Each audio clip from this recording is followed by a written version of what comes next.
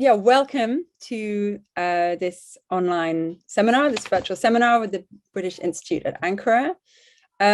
Nish McSweeney can't be here today to do her usual wonderful job of comparing for us all because she's had a teaching clash, so she's got to go and teach today, but she's handed over the reins to me, so fingers crossed that will work. My name's Anna, if you don't know me, Anna Koller. And yeah, I'm one of the editorial board for Anatolian Studies, so I'm kind of taking over today. But yeah, do drop a message in to say hello, tell me where you're coming in from, and you know, hello to those of you I know personally. Otherwise, it's very nice to meet you. Good, so we will get started with Murat's paper in just a moment. Hi, Cameron from London. But we wanted to start off just with a slightly more somber. Hi, Lut. A somber message, I'm afraid. I hope you can all see that. Because it's with enormous sadness that on the 8th of February, we had to announce the passing of Gina Coulthard, who was the executive editor of Anatolian Studies after a short illness. Gina worked for many, many years on archaeological projects in the Black Sea region at Amasya and Chiflik near Sinop, but she worked for even longer with the British Institute at Ankara, firstly as its London administrator and later managing our various publications, including our archaeological monograph series and our magazine, Anatolian Archaeology, now called Heritage Turkey. Gina also served as executive editor for Anatolian Studies for more than 2 decades, overseeing and supporting a whole generation of scholars. And you know, if we at Anatolian Studies all miss Gina terribly, and our condolences go to her partner, her daughter, and all of her family. So we'll be printing the next volume of Anatolian Studies, the 2022 volume, in her honor. Okay, so I just wanted to remember Gina for a moment and share that with you all. But this is why we're so happy to have such a strong set of papers for the volume, including today's wonderful paper by Murat Akar from Mustafa Kemal University in Hatay, who will be telling us about Syro-Anatolian magico-ritual lead figurines of the Middle Bronze Age from Toprakhisar Höyük in the Hatay region. So on that note, I will stop sharing my screen and hand over to Murat if you are ready. Okay.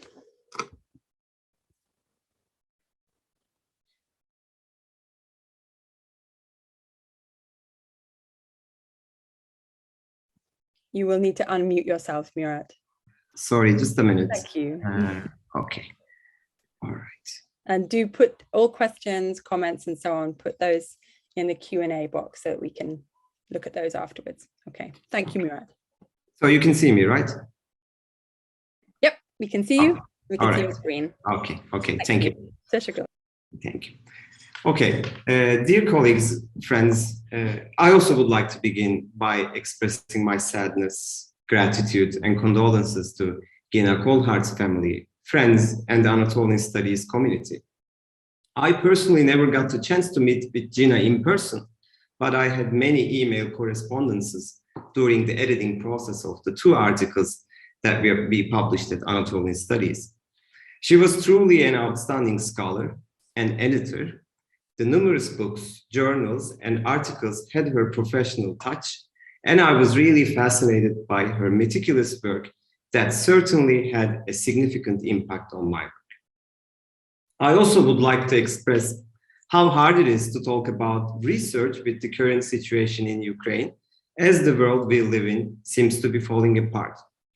Nevertheless, it's still a pleasure to be here on the Anatolian Studies virtual seminars the second time, and I would like to thank Nishmak Sveni for organizing this event and for Anna Coulthard for chairing the session. This lecture intends to promote the upcoming article, A Lead Figurine from Toprakhisar Höyük, Magico-Ritual Objects in the Syro-Anatolian Middle Bronze Age, co-authored by my colleague Demet Kara. This article explores the developing supra-regional trends in magico-ritual objects through a mold-made lead figurine found at Toprakhisar. But today, I'm not only going to talk about one particular artifact, but instead will do my best to contextualize it into a timeline stretching from end of early Bronze Age to the beginning of Middle Bronze Age, a specific time period that witnessed major transformations not only in the Amuq Valley of modern Hatay, but in the wider Anatolian, Levantine, and Near Eastern context. This topic of this lecture, lead figurines and their molds, from Anatolian and Mesopotamian contexts, have attracted much attention due to their characteristics of being easily made, but having iconographically rich and symbolically meaningful attributes. With their easy manufacture and accessibility, they have been commonly accepted as the distinct materialistic expressions of daily life ritual practices in household context and have often been termed as trinkets.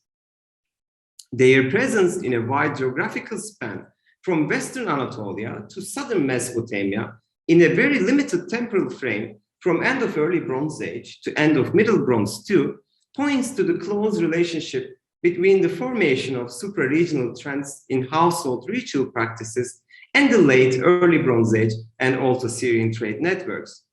The recent publication of a lead figurine from Tel Kabri now further extends their geographic distribution down to southern Levant as part of the larger trade networks of the Eastern Mediterranean developed in the Middle Bronze Age. Their appearance corresponds to the transition from 3rd to 2nd millennium BC, an intriguing time period due to the collapse of early city-states, empires, and trade systems followed by new political identities forged from Amorites and Hurrians on the one side in northern Mesopotamia and Hittites in central Anatolia on the other. Several controversial trajectories from conflicts to movements of ethnically distinct groups or impacts of environmental triggers such as climate change, the dynamics behind transformation or continuity from early Bronze Age to Middle Bronze Age have generally been discussed from the standpoint of urban centers in Near Eastern archaeology. This certainly creates a skewed vision within regional reconstructions, excluding the role of the periphery. From the standpoint of Anatolian archaeology, the late 3rd millennium BC trade dynamics, followed by the old Assyrian trade system, became a unique study case for understanding the structural relationship between economics and social encounters through various modes of mobility. From privately funded entrepreneurs to state-controlled operations, a diverse range of groups were in transit within a multi-directional, entangled network that stretched across Anatolia, the Near East, and the Levant, not only in the act of trade and gift exchange, but also through habitat tracking strategies in response to environmental changes. Yet, due to the fascinating and perhaps overwhelming amount of textual data coming from major centers such as Gültepe, but with limited textual and archaeological data from elsewhere, the Anatolian research field is dominated by peer-to-peer economic interaction patterns between Assur, Central Anatolian kingdoms, and their affiliated merchant quarters. As a result, this monolithic text-based image of the Old Assyrian trade network decontextualized the roles and various intents of regional contributors, and in most cases exclude the role that the peripheral sites had to play in keeping the network alive with their specialized industries. This owes much of its reasoning to the absence or limited nature of the textual and material evidence from the majority of regional centers, or to the total absence of data from peripheries. It is also not surprising to see that the stakeholders of Near Eastern, Levantine, and Anatolian archaeology have different research goals and motivations regarding the 3rd millennium BC collapse and 2nd millennium BC regeneration patterns, creating disconnected stories in an extremely connected landscape. In that respect, the archaeology of the Amuq Valley has a crucial value in understanding this particular period of transformations, since it has not only been a region of rich agricultural potential, but also a buffer and an impact zone where traces of cultural, economic, and political interactions between distant cultures can be traced. With much respect to Braidwood's pioneering surveying and excavation program, Amuq Valley has its own regional chronology and stands as an anchorage point for researchers interested in the larger understanding and synchronization of cultural encounters over longer durations in Anatolia, the Near East, and the Levant. Thus, the region has the potential to provide answers to a long list of research questions that dominate the literature, from systems of exchange to controversial topics such as climate change-induced collapse, urbanization, or long-distance human mobility patterns and their reflections in the material culture. This statement certainly relies on the massive data set created by the Syro-Hittite expedition in the 1930s through excavations conducted at several sites in the Amuq, especially at Tel Tainat, where the 3rd millennium BC dynamics and 1st millennium BC sequence was revealed, with references to recently defined capital city of Valasatin and then Unki Patina. Sir Leonard Woolley's wide-scale operations and the stratigraphic sequence obtained from his soundings. Murat, we're not seeing any slide changes. I just wondered if they have moved at all. From which slide we are talking about? We're still on the first slide. Oh, really? That's a big. Sorry. That's all right.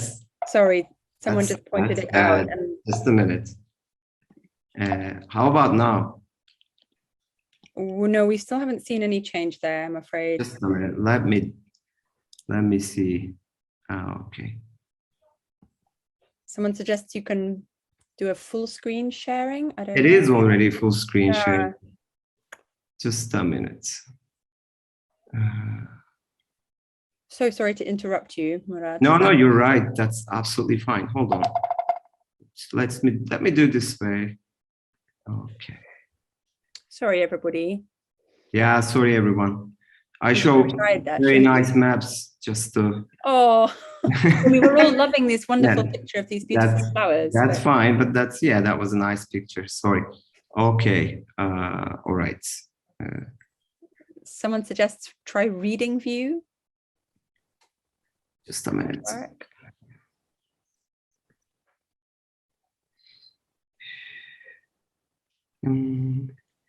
Give me another. It's all right, we can be patient. I'm usually good at these things, so. That's really a relief. All right, so let me do this again. And let us see if this time it will work.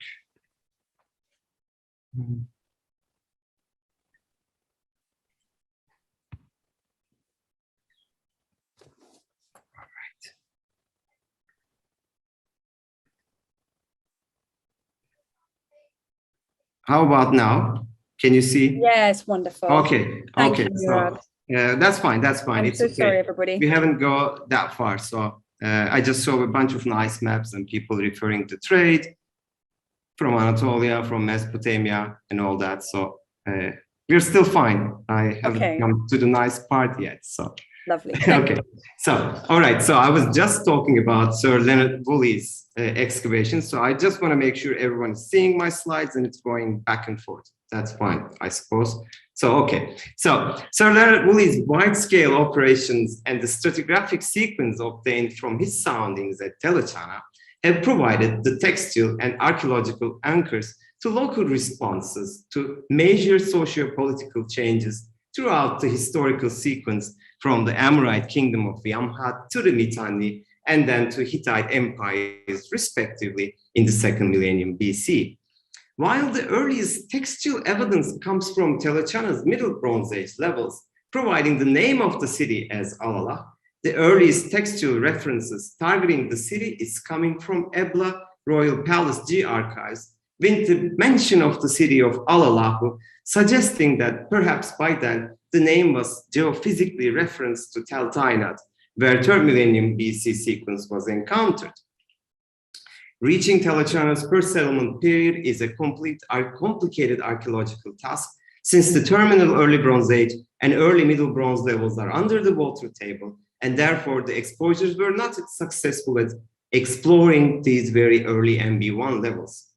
New data generated by stratigraphically controlled excavations have provided the possibility to fine-tune archaeological data for a coherent linkage for the Late Bronze II and Iron Age levels, yet the earlier 2nd millennium BC sequence, and particularly the 3rd to 2nd millennium BC transition, remains unknown due to limited data obtained from both of these campaigns. At Tel Tainat, the recent Toronto University excavations under the direction of Tim Harrison exposed a burned building, creating an anchorage with Ebla post-Palace G sequence, in particular with the archaic palace that defines the late EB4B to late Amuq J sequence. This exposure is extremely important for establishing the late early Bronze Age chronology, as well as patterns of collapse in the Amuq Valley. But limited in size, it is unfortunately disconnected in its nature from the succeeding events due to the absence of Middle Bronze Age levels above.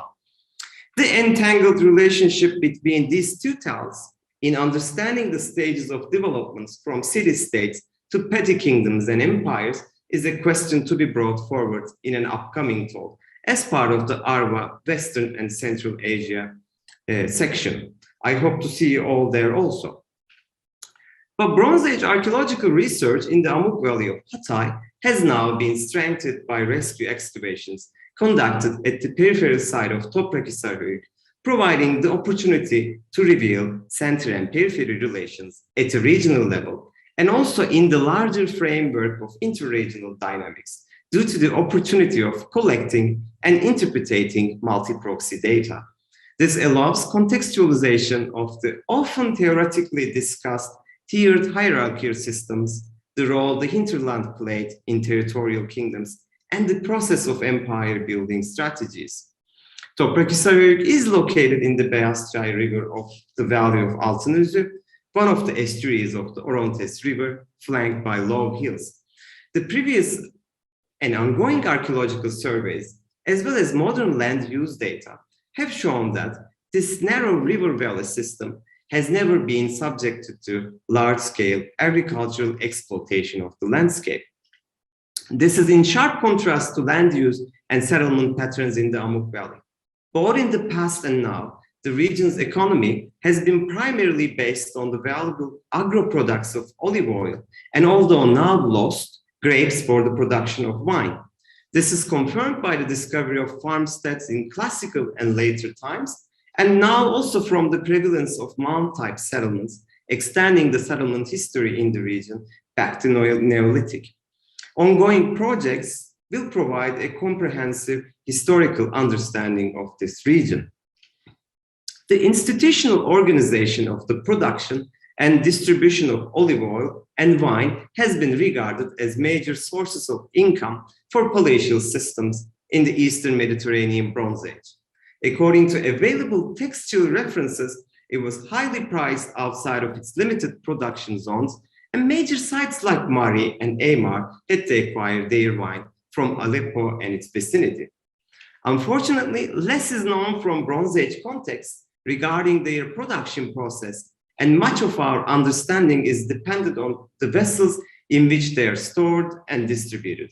Olive oil and wine was extensively referenced in Ebla Palace G text and Alalakh Middle and Late Bronze Age textual sources dealing with land tenure, as well as the exchange and purchasing of towns, as it noted at Alalakh Middle Bronze Age tablets. For example, here, for purchasing of the settlement of Ipiria by Yarimli. The textual evidence implies that certain administrative privileges were granted to settlements specialized in olive oil production. According to Steve Batchuk's excellent research, wine as an important commodity was highly requested by the rising elites of the early Bronze Age, an economic niche suggested to be filled by the early Transcaucasian groups settled in the highland periphery of the Amuq Valley. Today, the hills around Toprakhisar are covered with naturally grown and cultivated olive trees, and the business of olive oil constitutes the main sources of income. Although no pre-classical period olive production centers have been recorded yet archaeobotanical research at Toprakhisar has been revealing evidence for significant amount of olive and grape consumption. In this setting, roughly 140 meters above sea level, Toprakhisar gently connects with the Piedmont of the hills and can be defined as a hillside mound settlement. The undisturbed section of the site extends roughly across to an area of 1 to 2 hectares, but the exact expansion of the site is unclear due to the significant human impact in the region. Heavily damaged by Toprakhisar village located on top, the site is also under the threat of Yarseli Dam that was constructed in 1930s, which became also the primary motivator for the initiation of rescue excavations. The sharp crescent-shaped cut that exposed the entire south section of the mound at first sight was thought to be the results of 20 years of erosion created by the dam reservoir. This turned out to be a complete false interpretation when the declassified coronal satellite images taken prior to the construction of the dam were investigated. The images show that the site by that time had already acquired its shape with a clear cut on the south and all the river channels visible on its southern extension. This suggested the possibility that the site was progressively cut through time by high-density river flows, providing a glimpse of micro-regional environmental climatic fluctuations in the region. To be discussed in another event, the 4-meter-long undisturbed sediment core acquired around the site as part of a geoarchaeological research program contains a continuous olive tree pollen record and is now under study by Nurdan Yavuz from General Directorate of Mineral Exploration and Research. The preliminary and extensive surface surveys conducted on the eastern slope of the site revealed material evidence that it was continuously occupied from at least 6 millennium BC to the first half of the 1st millennium BC, with a short break during the end of Middle Bronze Age. This is in contrast to Amuq Valley settlements, and it's a key feature since much of the recent archaeological research conducted in the Amuq at the sites of Tel Kurdu, Tel Achana, Tel Tainat have revealed archaeological data from narrowly defined chronological time periods. This problem created major gaps significantly in the prehistoric sequence and in understanding of local responses given to larger phenomena such as the Ubaid-Uruk affinities, the early Transcaucasian influence, or the lesser-known early Middle Bronze Age transition in the Amuq Valley. Once fully revealed, I believe that Toprakhisar's complete stratigraphic sequence will contribute to the understanding of the cultural transformations occurring over longer durations, but this time from a peripheral perspective. The disturbed nature of the site ironically allowed us to expose the highly preserved remains of a Middle Bronze I administrative building immediately below the topsoil. The following 5 years of fieldwork succeeded with the exposure of 3 distinct building phases from early Bronze 4B to Middle Bronze I, and what we are exactly missing from Tel Tainat and Tel Achana. While we have published Middle Bronze I extensively and presented in various lectures, the early Bronze 4B levels briefly discussed today are still under study and will allow us to comprehend the nature of the transition from a single site in the Amuq with enough contextual coverage, perhaps in the near future. Unfortunately, the C14 dates from the EB4 context have also not yet been analyzed due to the delays created by the pandemic. Nevertheless, cross-correlation of the material culture with the recently published Teltainat EB4B C14 sequence and MB1 Toprakhisar C14 dates, also as well as through architectural changes observed, which I will present in a moment, altogether may help us to elucidate the rural dynamics of change and transition from a peripheral perspective. Also, not only we got the opportunity to explore the stratigraphic sequence, but also got a chance to explore the daily and administrative life in the periphery. The early Bronze 4B building at Toprakhisar Höyük is completely destroyed fire, and the intensity of the fire was likely accelerated through the presence of jars containing olive oil in various rooms, which was also confirmed through archaeobotanical research. Revealing a rich botanical collection and material culture, it allows us to comprehend the function of spaces and to get a glimpse of the stress patterns that seem to be observed at the end of early Bronze Age. Occupied by a series of rooms along this western section and courtyards in the east, early Bronze 4B building has some sort of a northwest-south or southeast orientation pattern. Presence of a courtyard in the east may indicate that the building has the central courtyard plan occupied by several rooms along the sides. One could estimate that it likely expanded to an area of 600 square meters, exceeding the size of a peripheral domestic structure. And I suggested that it was likely because of sites being an olive oil and wine production center that requires a level of administration reflected in the architecture and material culture. Interestingly and surprisingly, all the walls have stone foundations. And I say this because this is an extremely rare case in the Amuq Valley, as we don't observe this at Middle Bronze Age Toprakhisar or at Telechana or at Teltainat in general.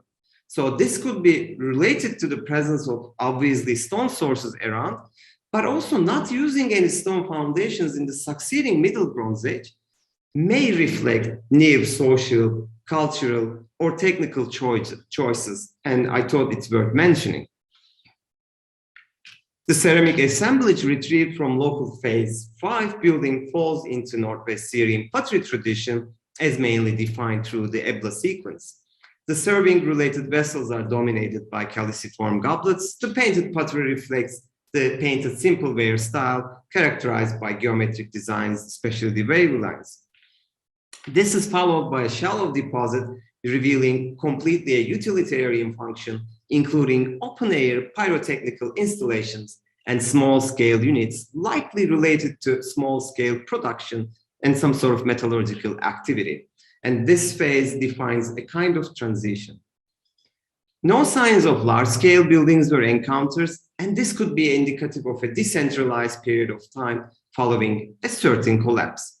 Interestingly, and in contrast to early Bronze 4B building, large collection of red-black burnished ware and anthropomorphic undrawn fragments testify an increase in the early Transcaucasian influenced material culture.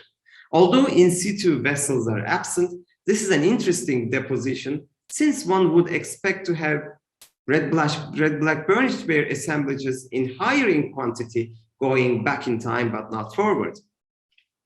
This phase also revealed an example of a breast-holding type female stick figurine known from Euphrates and Northwest Syrian sites, likely related to household ritual practices. So we witnessed to the presence of various different customs originated from Caucasus to Northern Mesopotamia. Striking changes in the architecture occurred in the succeeding phase when a monumental scale building was erected, but this time in a complete different orientation, suggesting a significant change in the use of space. This change should be settlement-wise, as the changing of the orientation of a large building requires several modifications. The archaeological context exposed well-organized serving, storage, and kitchen quarters of a much larger complex that extends outside the excavation limits in all directions, and again exceeding the size of a domestic structure. Its extent, as well as similarities observed to neighboring major and secondary sites like Ebla, Alalah, Kinetöy, has been contextualized within a regional style in palatial and administrative architectural customs. The current evidence implies that the secondary character sites were also inspired by regional trends and adapted similar building traditions representing the prestige and authority of the ruling groups. Thus, again, we suggested that this building was an administrative center and again, likely control of agro-products of olive oil and wine. Although ceramic assemblage did not include index markers for establishing a fine-tuned MB2, MB1 relative chronology, radiocarbon dates acquired from the short-lived samples reveal us roughly beginning of second millennium BC dates and a time period contemporary roughly with Old Assyrian trade network at Kültepe, Kanesh. Of particular interest, the decorated horseshoe-shaped parts found in the courtyards of Building 2 have been identified as index markers of cultural change, as they are virtually unknown in the Amuq during the Middle Bronze Age, and no such tradition has thus far been noted at Alalakh. However, identical examples have been found along the upper Middle Euphrates and upper Tigris sites from late early Bronze Age to Middle Bronze Age, providing direct linkages in terms of symbolism encoded in cooking practices. The archaeological evidence from Building 2 revealed foundation and termination rituals conducted during its construction and later deconstruction. The theoretical understanding of social behavioral patterns in rural settlements and how rituals aided the creation of administratively mediated collective memories contributing to the formation of cultural memory was revealed from the standpoint of a peripheral settlement in the previous Anatolian Studies publication. The locally made sandstone statues that stylistically fall into the category of stone spirits found in the foundation ritual pits not only emphasized the designation of Building 2 as an important structure, but also yielded connections to Northern Mesopotamian trends in terms of material reflections in ritual customs. The stone spirits of early Middle Bronze 1 context at Toprakhisar have been discussed as being reflections or possible reflections of new groups in the peripheries, including Amorites and Hurrians. Foundation rituals performed for an administrative building dictate its importance from a rural's perspective. Political messages through ritual was needed to create a bond between the community and the administration for the efficient usage of corvée labor in tasks such as olive and grape picking or in construction of public spaces. Thus, the objects found in the foundation ritual at Toprakhisar were probably not intended to be viewed by an audience later on, yet their moment of placement was used to engrave a moment in the constructed collective, political, and cultural memory of its residents. In 2018 field season, a new excavation area was opened on the northern slope of the mount, where a terrace had already been cut by locals to create space for small-scale agricultural activity. This operation revealed new information regarding foundation rituals attested at the peripheral settlement. 3 local faces encountered below the topsoil point to storage and open-air activity spaces. Trash pits exposed approximately right below the topsoil disturb an earlier phase, well defined by 4 deep early Middle Bronze 1 silos, roughly 2 meters in diameter. Local phase 2 silos cut an earlier building phase defined by a platform where a large silo as well as small-scale storage bins were placed. In this puzzling stratigraphic sequence, only one of the Middle Bronze 1 silos was excavated to its ground level, reaching 2.5 meters in depth, and judging by its construction methods, it is understood to be not a simple pit, but a carefully built structure. Through the use of thick mortar and diagonal placement of mud bricks, a circular underground construction was built. Based on preliminary observations, charred botanical remains were limited, and therefore the contents of the silos were likely emptied prior to their end use, as suggested by intentional filling. Together with several trash pits, local phase 1 also revealed signs of stress at the site. Human remains from at least 4 individuals were disposed in one of the trash pits along the southwest corner. At an atypical burial location, and treatment, given the evidence from burials nearby at Telachana. Following bioarchaeological study conducted by Evrim Tekeli, the human remains have been sampled for ancient DNA analysis and are currently under the study at the Max Planck Institute for the Science of Human History. In this setting, a mould-made figurine was found, which constitutes the main evidence for the argument that is being presented in this talk. The figurine was not found inside a silo, but nearby and over the highly disturbed late EB4B surface into which they were cut. Thus, the overall stratigraphic evidence suggests that the object was produced and used in a temporal framework that stretches from late EB4B to the end of Middle Bronze I. Due to the mixed nature of the context and the presence of deep silos with their ground levels undefined, a more fine-tuned date range cannot be given. However, the style fits better with the Middle Bronze Age examples from Kültepe Karum II and 1B.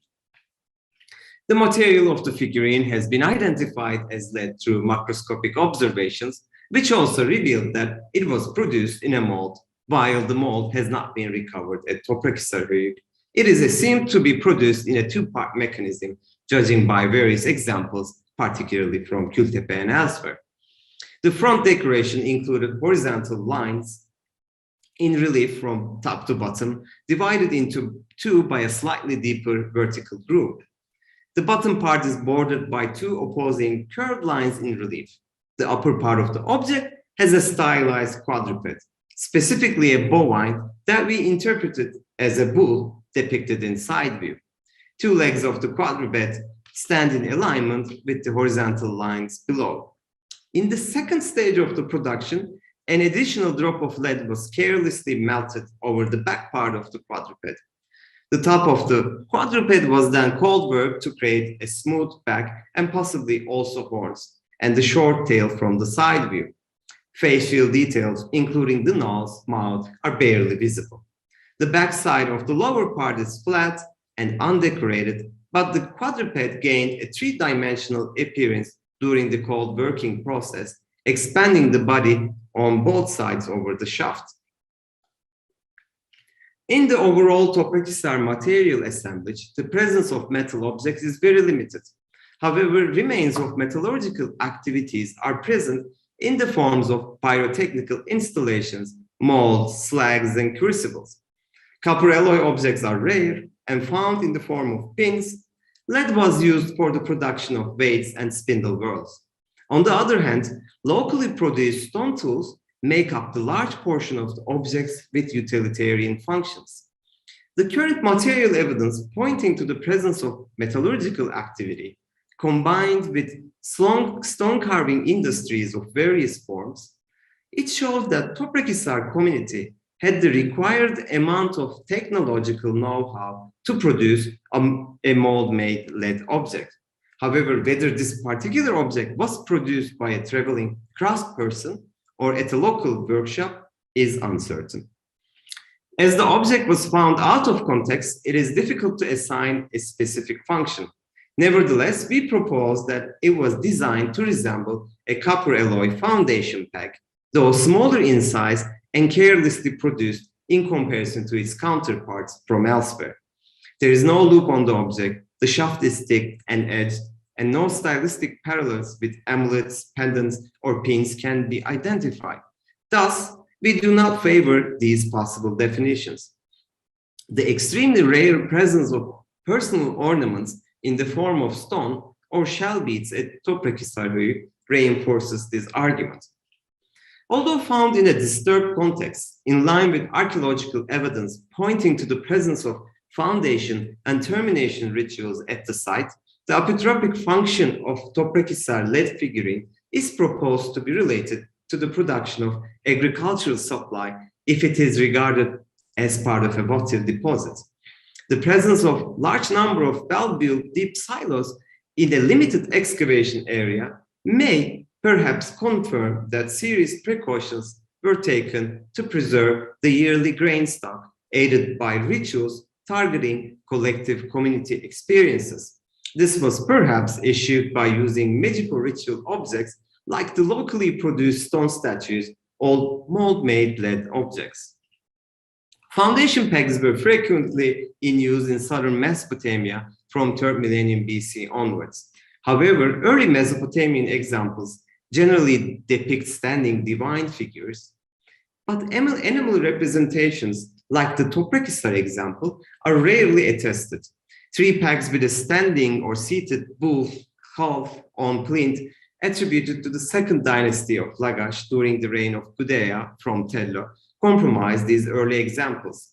2 of the copper alloy pegs were generated from the same mold. The inscription revealed them to be related to the rebuilding of the temple of Inanna. A 3rd example depicting a standing bull in a reed march from the reign of Gudea, now on display at the British Museum, is believed to have originated from Zergul and dedicated to the temple of Nanse. A later example with a seated calf from Ur III period during the reign of Shulgi, also from Tello, has similar characteristics. In the early 2nd millennium BC, Hurrians as a Northern Mesopotamian identity are commonly accepted to have adopted religious customs and cults from the former Akkadian presence in the Amuq Valley and through close encounters with southern Mesopotamia. They then performed their own foundation rituals in connection to temple and palace constructions. This is best presented by the possible attributions of the privately acquired Louvre and Metropolitan Museum line foundation pegs to Tel Mozan Urkesh.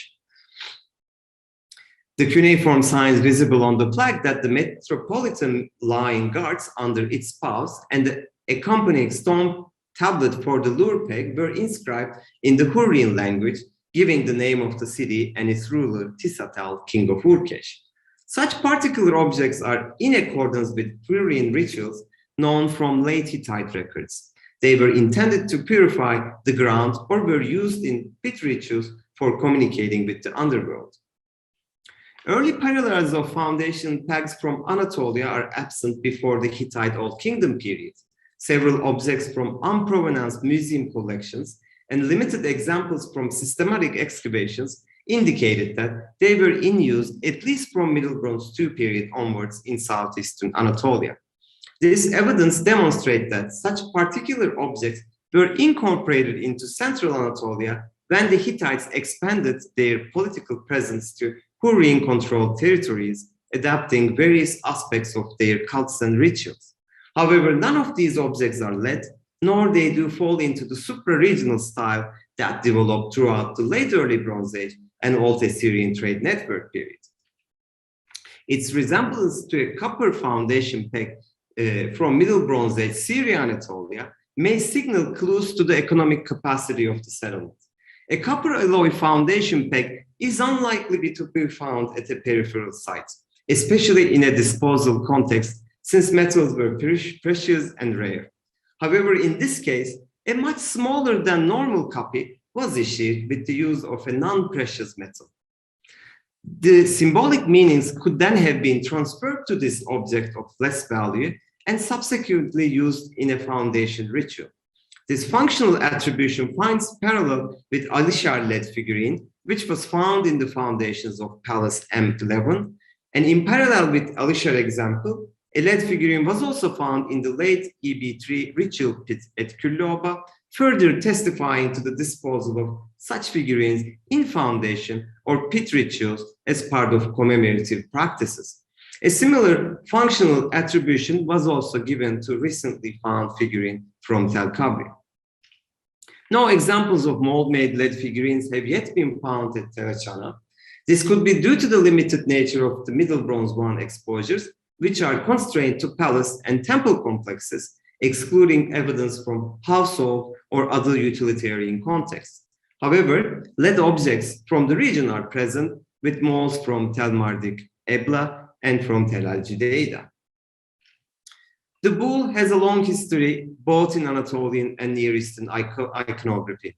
Nonetheless, when limiting ourselves to contemporary date range and choice of material, one should note the securely dated late early Bronze Age mold from Toprakhisar Höyük, which includes a pendant carving in the shape of a reed heart framed with 2 poles, each of which are capped with a single bull head. This may be read or interpreted in the framework of divine use of bull in the iconography, linking it to the Toprakhisar Höyük example. In the context of dry farming geographies of Northern Mesopotamia and Anatolia, where agricultural activity is dependent on rainfall, the object then can be suggested to be a dedication to a storm god in the form of a foundation peg. The form of the foundation peg may therefore be the representation of a bull standing perhaps over the mountains or his temple, another common storm god motif which developed especially in the late Bronze Age. So how do we read this unique object? The mobility patterns of pastoralist groups in the textual record from end of early Bronze Age to early Middle Bronze Age is an intriguing topic in terms of understanding the shifting political and cultural dynamics in the Near East. The presence of distinct cultural markers such as stone spirits or decorated horseshoe-shaped hearts are regarded in the case of Toprakhisar Höyük as being related to presence of new groups in the region. A close relationship between 4.2K BP climatic event and the abandonment patterns defined in and around the Kabul Valley has been suggested as a catalyst forcing groups, including Hurrians, Amorites, into habitat tracking behaviors. Since the Orontes River system is karstic in its nature, it may have been less affected by dry periods, creating suitable conditions for groups looking for favorable environments. The current paleoclimate research in the Amuq Valley explores this particular topic and will shed light on this issue in the very, very near future, especially with the high-resolution sampling strategy that we have followed in the Amuq Lake. The results of this project will be presented in the Arba Levant webinar series at the end of this year. The relationship between climate change and human mobility has also now become one of the major research questions of ancient DNA studies. The gene flow defined in the transition from early Bronze Age to Middle Bronze Age that is evident in the human remains from Talmardik Ebla and Telachana may signal a Northern Mesopotamian genetic contribution, but this is a suggestion still need to be confirmed through analysis of the samples from specifically Northern Mesopotamia. In a regional and supra-regional setting, the Kültepe tablets have already confirmed that Ebla merchants were actively involved in the trading network with reference to Amorite and Hurrian names significantly increasing in level 1b. So Yener further outlines the active role that Alalah and the region played during the Old Assyrian trade network through its strategically palace-controlled industries of metal and ivory with iconographic and technological similarities to Anatolian examples. She suggested, and I quote, in terms of relational associations, intriguing signs of specialized production and some type of fluid but unspecified form of exchange, perhaps of ideas and religious practices, existed between the center at Kanesh and at Acemöyük in central Anatolia and Alalah and the Mukish kingdom in the Amuq, end of quote. Lead figurines as an outcome of this interconnected period can be regarded as the material reflections of household ritual practices adopted by a diverse range of local communities in a wide geographical framework linked to trade networks of late early Bronze Age, early Middle Bronze Age. A practice that still continues today, and here on display is a kurşun dökme ceremony that we have performed a few days ago in accordance with the spirit of this presentation. For Toprakhisar, we suggested that this was due to its agroeconomy that focused on the organic products of olive oil and wine, effectively granting economic prosperity, but perhaps also a fragility to break down in trade networks. A standing bull figure depicted on a mold-made lead foundation peg may then be seen as one of the earliest iconographic representations of the cult of the storm god at Toprakhisar Höyük, either in the form of Eblaid Hadad, Syro-Palestinian Baal, Assyrio-Babylonian Adad, or Hurrian Teshu. To conclude, Toprakhisar Höyük figurine then can be read as a hybridized cult object which incorporates a supra-regional style and was involved in the larger trade networks of its time period. The functional designation as a foundation peg or a bottle disposable object is in accordance with the building rituals of Northern Mesopotamia. The iconography, on the other hand, is stylistically similar to Syro-Anatolian mould-made lead figurines and copper alloy foundation pegs that were produced by the communities involved in the business of trade. These iconographic and functional attributes were then perhaps forged into cult of storm god at a hinterland site, which we propose to have attracted habitat tracking populations during the environmentally stressed late EB, early Middle Bronze Age periods, which was also characterized by intense cultural encounters. Nearby, an earlier temple likely exists under the Iron Age temple of the storm god at Aleppo citadel. Although uncertain, a storm god may also have been worshipped at the Kura Hadat temple of the rock at Ebla from early Bronze 4A onwards. At Samandağ in the southwest, the sacred Mount Hazi stands as the sacred throne of Teşup, visible from Alalakh on a clear day. In the northern end of the Amuq Valley, the storm god cult may also be found at Kızılkaya rock outcrop, where beaten by the strong winds, the remains of an early 2nd millennium BC rock temple stood at the summit overlooking the Amuq Valley of Hatay. Once again, I would like to finish this presentation by giving my most sincere thanks to Toprakhisar team. Without their efforts, this presentation would have not been possible. I also would like to thank to Aslıhan Yener, Müge Bulu, Tara Ingman, Ekin Kozal, Ulaş Avşar, Evangelia Pişkin, Michael Johnson, and Hasan Peker, and also the anonymous reviewers and the editorial board of Anatolian Studies for their valuable and rigorous comments.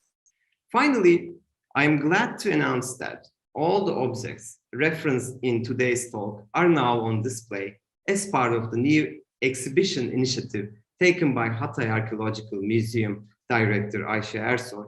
Two imported sources of life, olive and grapes, come to light, where in Toprakhisar showcases, visitors are welcome to explore the social and ritual life of a Bronze Age village community specialized in olive oil and wine production. Thank you.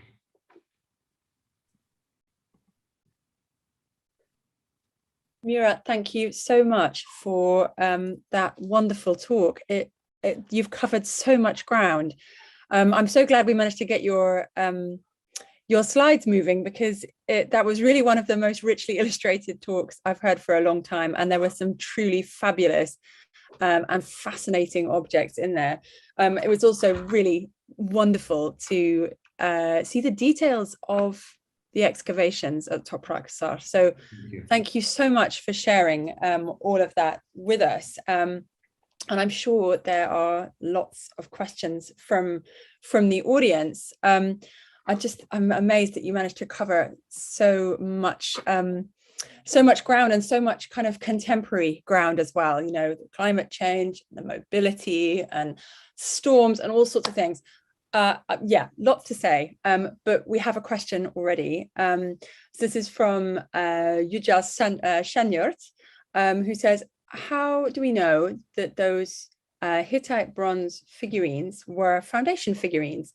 They seem to be more as hiloshtarına figurines, which were stuck on benches in the colors of temples.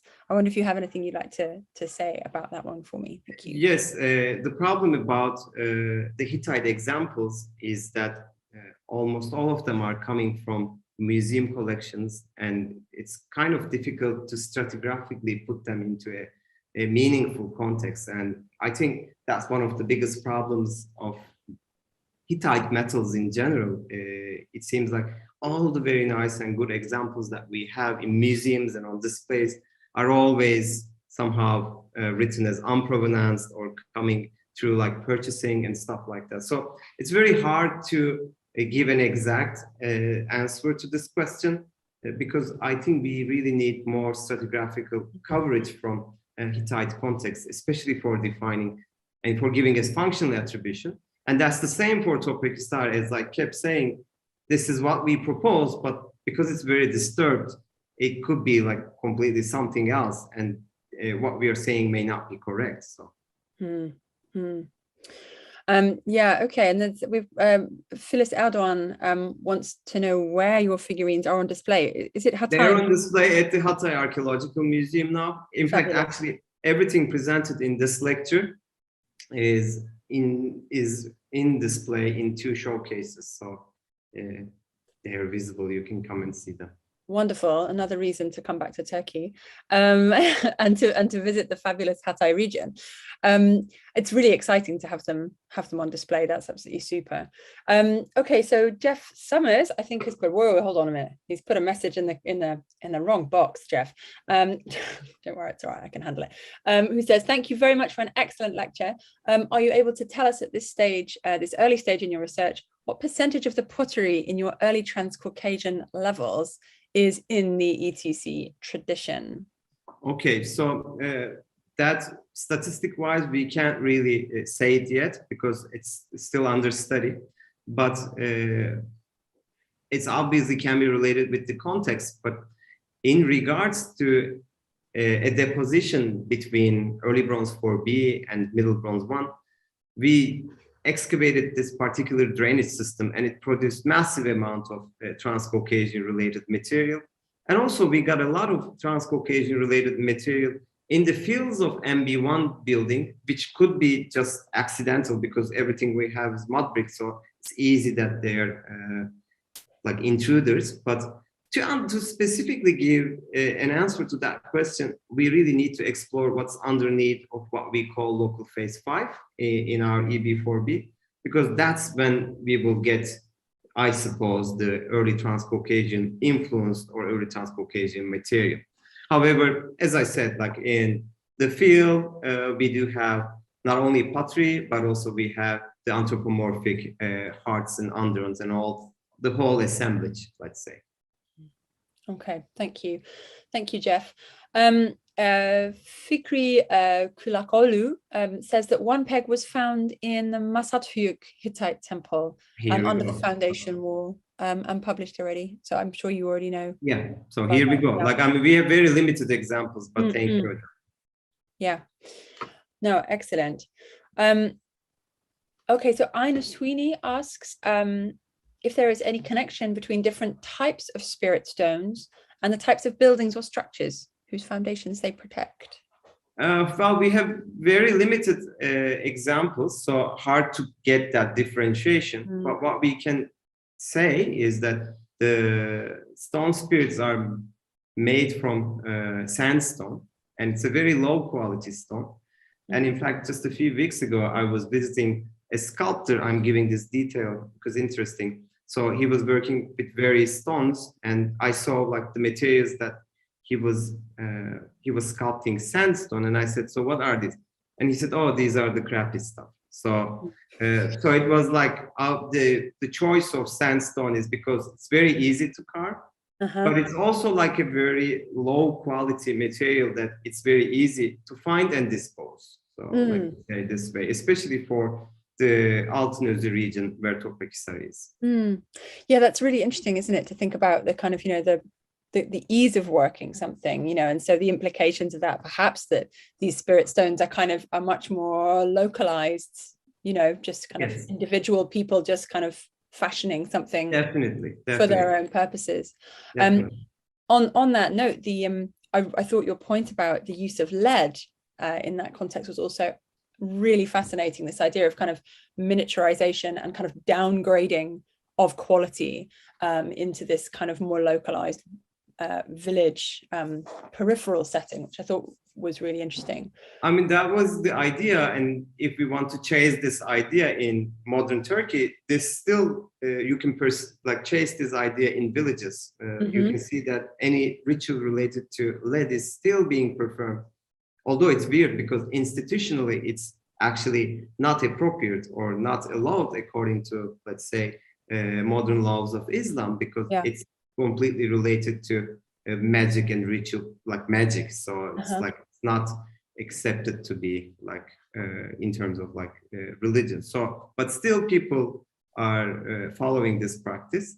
And I think it's kind of fun because we just to take those pictures, we actually wanted to perform this, but gives you the idea, I say. But I mean, but that was great. I thought that was really interesting to show us the molybdenmancy. I thought that was absolutely fascinating. So could you tell me a bit more about it? I mean, I know, sorry, I'm just kind of, using this opportunity to ask. No, that's fine. I mean, there are many like ways to perform that ritual, but the most common one is actually to break an evil eye when you perform like when you pour like melted lead over someone's top over a bowl.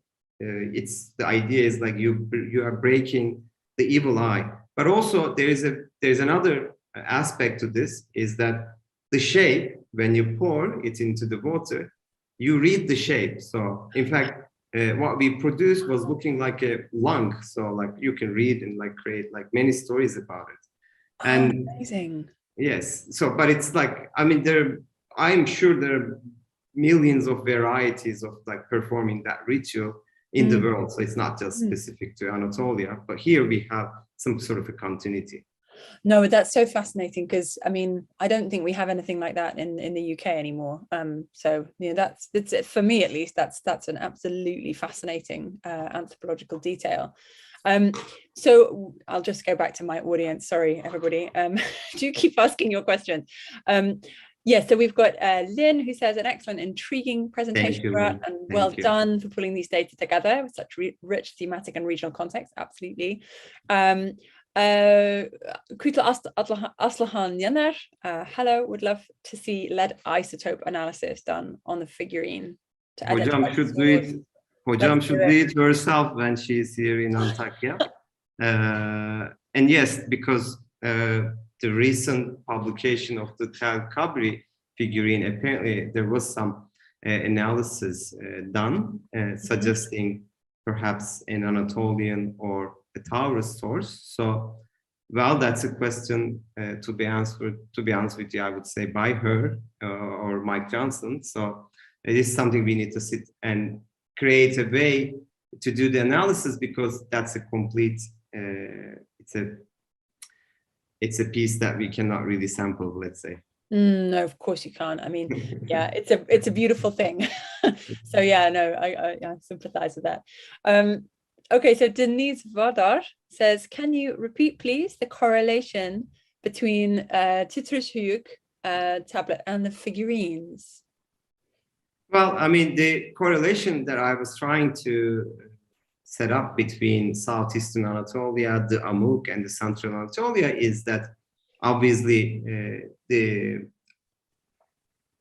evidence says that at the end of 3rd millennium BC, we have some sort of migration that is related to Hurrians and Amorites. And when we are talking about these migration patterns, it seems like it's obviously in multi directions, but you can at least follow one line from southeastern Anatolia to Amuq, and then perhaps from Amuq up to central Anatolia. And I was trying to follow that idea through presenting the Titrish example with the presence of all these. The mold is actually more for ornaments and jewelry, but like all these details pointing to the presence of horns and bulls may suggest some sort of a relationship between southeastern Anatolia and the Amuq Valley, let's say, and then all the way up to central Anatolia.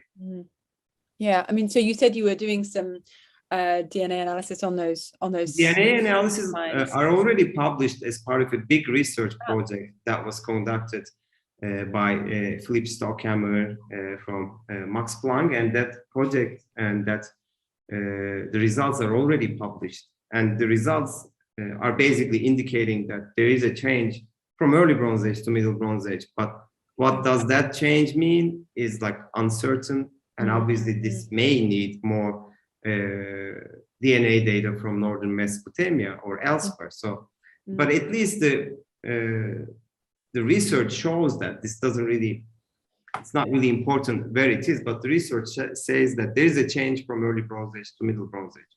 So what I was trying to give in that presentation is the change is you can see in architecture, the change you can see in material culture, the change you can see in gene flow, the change perhaps you can see in climate. So many things are changing, and all these changing things are entangled to each other and somehow are producing all this rich material culture, or at least this is how we try to read and explore the region, let's say. Yeah, no, absolutely. I mean, I wonder if also, I mean, those fabulous hearths I thought were very beautiful. But I wonder if there is analysis that could be done with strontium to see whether there's different foodways going on as well.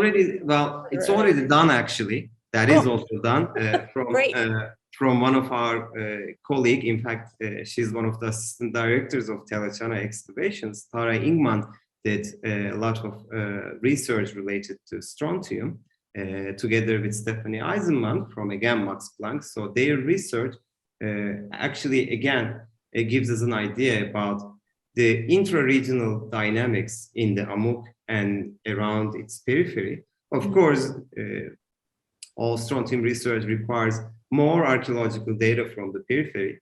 And in general, in archaeology, we are not that lucky all the time. So this is, we are actually working in a couple of projects that can create one big picture of the region. But it's because we are lucky to perform like a rescue excavation together with another excavation. So it's, let's say, we feel very lucky to have access to various data sets so that we can actually combine them to create a meaningful story.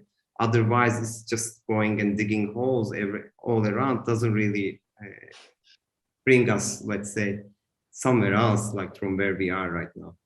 No, sure. I mean, I don't dispute that you're very lucky to be able to work in that region anyway. Wouldn't it be wonderful, though, to dig a hole and find some earlier burials and to definitely definitely. I mean, in the end, we love digging holes. So, like, yes, of course. So, definitely. Well, future will show. Like, well, you can't really talk about it right now, but in the future, maybe we will. Come with new projects or new ideas. I mean, it would be interesting to know where the earlier Bronze Age inhabitants went, whether they were found an abandoned place or whether they found a place with people still there, or what happened. Well, hopefully TINAT team will also produce data regarding these early Bronze Age levels, and at least I know that that's their ultimate goal for the coming season. So once they produce that data, we will have, again, a more vibrant and rich data set, let's say. Well, watch that space then. Do keep your questions coming. They went to Cyprus, says Mary Henriette. If she says so, yes. Oh, I like that. That's good. I was also wanted to say how impressed I was that you excavated a 2.5 meter deep silo so beautifully. I thought that was an absolutely exquisite bit of excavation. That kind of thing, that's not allowed in the UK because we can't go below 1.2 meters. Otherwise, we get in big trouble with health and safety. So I was very impressed. Well, this is live and recording, so let's not comment on this. Touché. But we have like a really very talented archaeologists in the team, and in fact, the person who excavated that almost by himself. He's one of my MA students, and he's actually in the next room listening this. So I'm sure he is very happy about this comment. Well, yeah, do pass him my congratulations. They were very, very impressive. Good. Well, I mean, if there's no more questions, I might just ask you some more questions, because I'm quite interested in the storm god in that part of the world, Murat. So I'm also very interested in Mount Hatay. And I wonder if you've done any kind of visibility analysis at all of which bits of the landscape can be seen from Toprakhisar. Well, actually, it is something that we are currently working on, specifically for the two ends of the valley. So one from Hatay and one from the Kırıkhan district, which I mentioned. So it's something that we are working on right now. Right. But what I really want to do is actually to go and climb Mount Hatay, but it's you can't right now because it's a military zone. maybe in the near future, we may give it a try. Murat, will you phone me? I can come too. I'd love to do it. It's a long time since I went anywhere near it, and I would absolutely love to get up there for sure. That photo you had on one of your last slides with the little boat in the front, I just thought was very evocative, with that kind of rich cloud kind of swirling all around it. Exactly. Thank you. It's such a wonderful place. Yeah, good. I mean, obviously I could just chat to you for ages, but I don't want to necessarily, hog you, as it were. Does anybody else in the audience have any more questions they'd like to ask Murat? While we've got him here, he's captured. Marie Henriette is mentioning the not getting to the top of Hatay, because a huge thunderstorm broke. He thought the storm god didn't want them there. That's lovely. Well, Mrs. Gates knows the details. I hit by a storm god thunder years ago when I was at Birken and when I was her student. So that was not at Mount Hazi, but I faced one time the storm god. So I assume we can have a second one. That's a real story. We hit by a lightning on top of a mountain, and so yes, why not? I mean, I do also. I was at Kremna in Pisidia, and the thunderstorm really broke kind of all around us. So we all kind of lay down in the mud. I'm not sure that was the right thing to do. I mean, we all kind of, got up with kind of just mud all over us and completely soaking. Again, I'm not sure he really. I was trying to go and follow in Stephen Mitchell's kind of footsteps and have a look around, but clearly somebody was not happy about that. So I'm not going to talk about the details of our adventure because it was not that fun. So just okay, all right. We'll just draw a veil over that one. That's fine. That's fine. One final question, if I may, and do ask more in the audience if you wish to. No, I was really interested to see your map with the I'm not going to describe this very well, but the kind of curve in the river and the kind of formation of Toprakhisar on that kind of promontory. And I was wondering whether there's been any, whether it's even possible to do it now because of the dam, whether there's any kind of paleo-environmental data from that particular bit, whether or not there was a more permanent bit of river that curved underneath there. Actually, we got 14 cores from there. Did you? Yes, so because the idea is, we developed the technique there because the idea, it's a dam, but the dam is for irrigation. So that means it's completely full during the winter and it gets completely dry in the summer. So what we did was, when it was completely full in the winter, we brought a marine coring platform and we used the power of water to do sedimentary coring, and we got 14 cores around the site. Because it's a terrestrial terrain and it was very difficult to do coring without the presence of water. So that was, although we achieved that, but that's another story. But so basically we have 14 cores, and this 14 cores gives us a sequence that indicates that at certain time, at certain period, the site was, in time, completely kind of disturbed by high density river flows, but also for a certain period of time, there was a lake around the site. There was. And that lake holds a lot of pollen records that gives us an idea about the environmental history of the region. And that's something that we're going to talk about end of this year in December with my colleague Ulaş Avşar, and it's going to be the geoarchaeological component of this research project that extends from Toprakhisar to the Amuq Valley. So it will be, it's going to be a lecture where we are presenting multiple data from multiple locations regarding paleo environment. That is really wonderful, because it did look as though perhaps there was something that was there kind of more on a more long-term basis, just from the kind of morphology of the site. That's great. So that's a date for our diaries as well. You'll have to let us know when that talk is happening. But if that's all in terms of questions from the audience, thank you ever so much, everybody, for coming along and asking your questions and attending. And thank you, Murat, for a really, really fascinating talk. It's been a real pleasure to hear all about this extraordinary site, and so valuable, I think, to add to that picture of otherwise larger centers. It's really important to get these peripheral sites. Thank you. Well, actually, I also would like to thank the British Institute, because it's the second time and I'm really happy to be here. And this is kind of becoming like the place where we talk about Toprakhisar, which I really enjoy. But I also would like to thank to everyone attending to this session, because the more we see, the more we get happier, let's say, in terms of like listeners, followers. So thank you very much. No, that's true. And I'm sure we would be very happy to hear about Toprakhisar again in the future. So let's keep that coming. Okay. Okay, good. Thank you very much, everybody. And we will see you for our next seminar in a few weeks' time. Thank you very much for coming. Goodbye. Bye. Bye, Murat. Çok teşekkür ederiz. You're welcome.